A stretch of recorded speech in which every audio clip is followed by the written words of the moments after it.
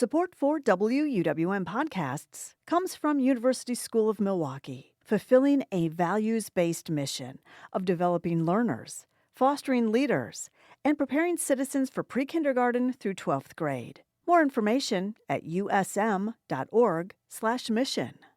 Lake Effect brings you conversations about what's happening in Milwaukee and the people, places, and organizations that shape the community. This is Lake Effect Spotlight from WUWM, Milwaukee's NPR. Every year, Woodland Pattern selects a Milwaukee Youth Poet Laureate through a competition. Last summer, the local nonprofit crowned Angela Wang with the literary honor. She's a senior at the University School of Milwaukee and wraps up her service this upcoming May. As Youth Poet Laureate, Wang shares her poetry across the city and helps to guide other young poets through writing workshops. Lake Effect's Xcaret Nuñez talks with Wang about what inspires her poems and what she's learned in the year-long role. Angela, I understand that you brought a poem with you today, and I was wondering if you could start by sharing it with us. Yeah, of course. So this poem is called The Storms That Tie My Family, and I've read this poem a lot, but I never get tired of it because it's about my grandmother, my mother, and I. And kind of to give a little bit of background, my grandmother grew up in China and she went to a school specialized for training teachers. So she kind of got put in there. She didn't really get to choose what she wanted to be. She wanted to be a surgeon when she grew up. Then my mom came along and she immigrated to the U.S. to find a better opportunity and then for me and for herself. And so this kind of pays tribute to the sacrifices that my grandmother and also my mother have made for me and for my future. In the large ocean of possibility, we rule. Amidst the vast depths of the basin, we forged our own path to a better future. We are 3 generations of women, interconnected by the resilience in our blood. We are 3 generations of women, blazing our own paths. We are 3 generations of women, each of our fights expanding the next. The grandmother merged lakes to form the ocean, crafting every detail with pride. The mother faced the sea, taking on the storms that attempted to keep her down. And as the daughter, we drew our strength from the waves that our ancestors calmed for us. From the swell of our breasts and the curves of our hips, to our silken black hair billowing in the stormy wind, we have long been kept in the water. We fought to keep our heads above the whirlpool, clawing against the waves that attempted to keep us down. We are workers, bearing the weight of our family on our backs. We are explorers, expanding the horizons for generations to come. We are learners, eager to absorb any wisdom we receive. Our thirst for knowledge created an unwavering ship, navigating the uncharted terrains. We are dreamers. We are believers. We are free. That was so beautiful, Angela. I was wondering if you could share how this poem speaks to your identity or your life experiences. I know you prefaced it before the poem, but if you could speak a little bit more about it. Yeah, so I'd say definitely one of my biggest influences for my poems is my family and my culture. I think that as an Asian American, it's often 2 sides of my identity. It's being Asian, but then also being American. And both identities I'm very proud of. But sometimes I really feel like I have to pay tribute to just all the stories that I've been told growing up. I think storytelling is a big part of my family, both the real stories of my grandmother and my mother, but also mythology. I think my most favorite story is about Nuñez, which is who formed the earth in Chinese mythology. And there's a lot of powerful just female characters in Chinese mythology that I really draw to. And I feel my identity really, I kind of try to emulate some of their characteristics. And so that's definitely what shaped me and then into my poetry as my voice. I love how you talk about coming from a family of storytellers. Mm-hmm. And I'm wondering, where does your love for creative writing and poetry stem from? Yeah, so I think growing up, I was a pretty quiet person, and a lot of the times I had so many thoughts in my head, but I just couldn't really seem to find the opportunity to say them. And so that's when I really turned to writing. I had this Hello Kitty diary that I would write in every single day, and I'd write about my day and everything that I saw that day, everything I wanted to say but didn't. And slowly, those writings kind of turned artistic.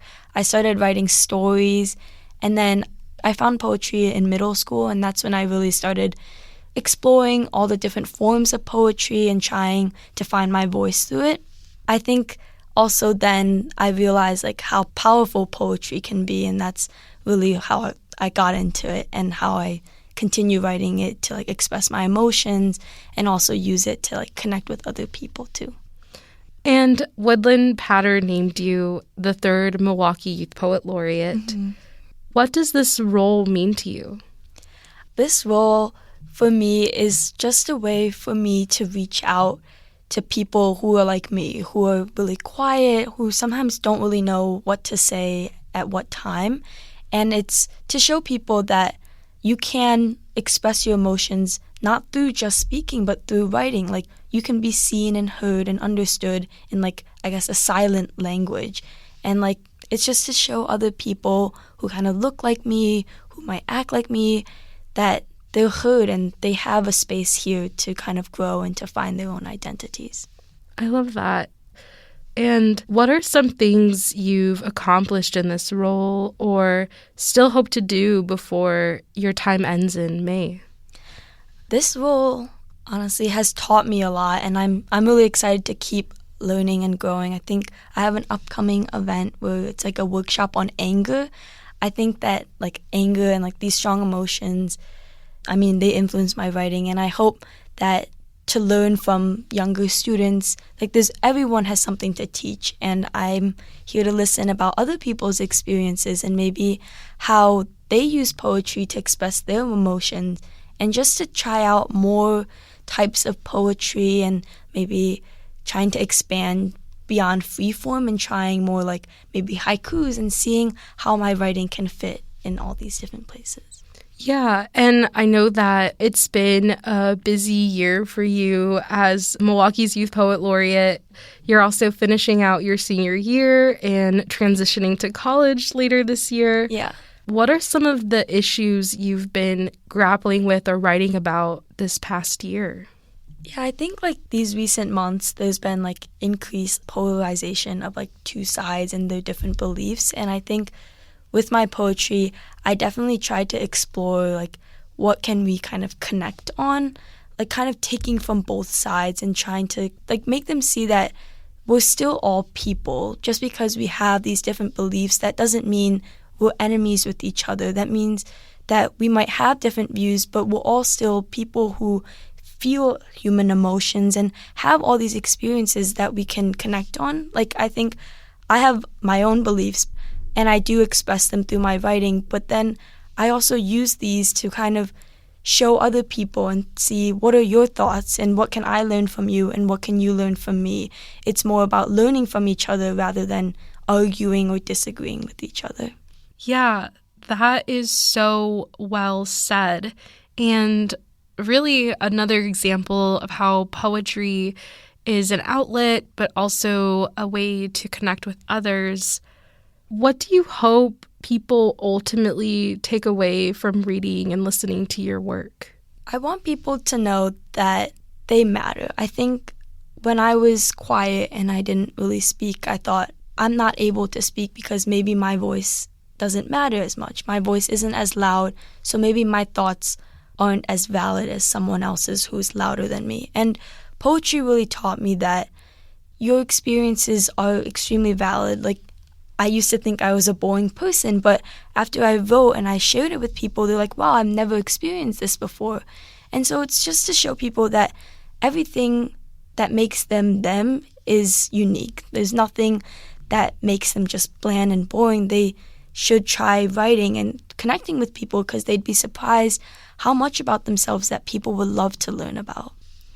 Well, Angela, before we wrap up, I was wondering if you might have any advice for young creatives who want to get started in writing poetry. Yeah, so I think a big struggle that I used to have, and I still have with writing, is getting started. I think not because I don't have like a lot of ideas, but just that I get so overwhelmed by so many thoughts. It's like, I want to write this, but I'm not sure if it's going to be like good enough.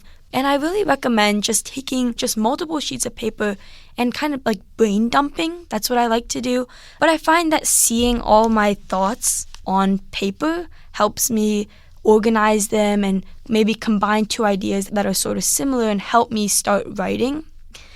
A lot of the times people think like perfection is good, but I think that creativity comes from chaos. Like all these papers is where like strong ideas would form. Another piece of advice is from these scribbles might come a poem that might not be successful, and that's okay. I mean, failures are part of the creative process and they really help move the creative process forward. I never cross out any of my supposed failed poems because I find that when I go back and I look at them, I can extract the things that I thought were really strong and then what might have like went wrong, and that really helps me strengthen my next piece of writing and help form new poems. So let that stream of consciousness flow. Angela, thank you so much for speaking with me today and sharing your impactful poetry with me. I really appreciate it. Thank you.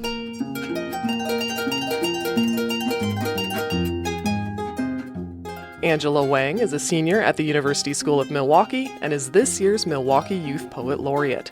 She spoke with Lake Effect's Xcaret Nuñez. Milwaukee County High School freshmen, sophomores, and juniors have until March 29th to apply to be the city's next Youth Poet Laureate. You can find more information about that at wuwm.com.